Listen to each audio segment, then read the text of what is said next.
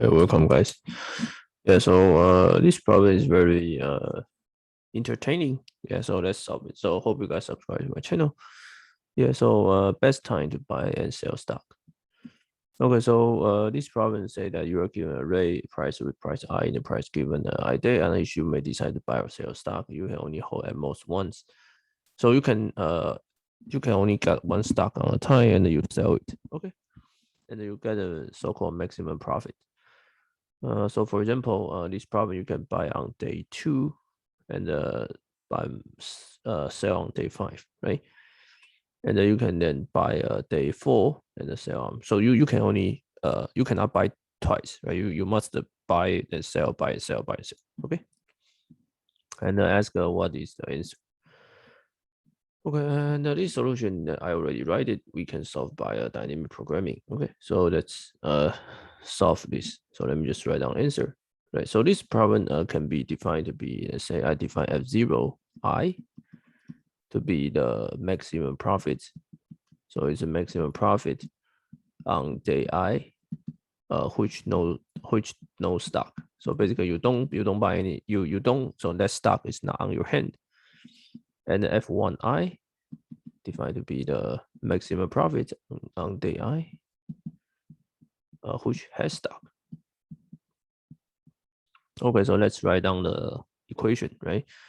So the equation should be the new F. So F0I will be so if at I state you don't have the stock, right? There is a two case. The first case is that you don't buy any stock at day I minus 1, right? That means you don't have stock, or you have the stock I minus 1, right? But you sell it, right? So you sell it, right? So every time you sell it, you can get price I. Okay. Then F1I means that you get stock. You got stock on day I. So this is maximum. Let's say you don't have to do anything, right? Maybe in the previous day you don't sell anything. Okay. Or in the previous day I minus 1 you buy a stock. Okay. Yeah, so this is the answer. So let's these two equations are the answer. So F0 is maximum F0 F1 plus price, and the F1 is maximum F1 F0 minus price. Right. So in a you initialize F0 because you don't buy anything, so initial is 0.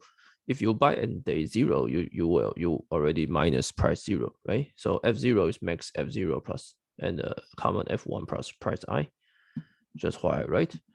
And F1 is maximum F1 and F0 minus price. So F1 is max F0 minus price F1. Okay, and then finally you return max F0 F1. That's it.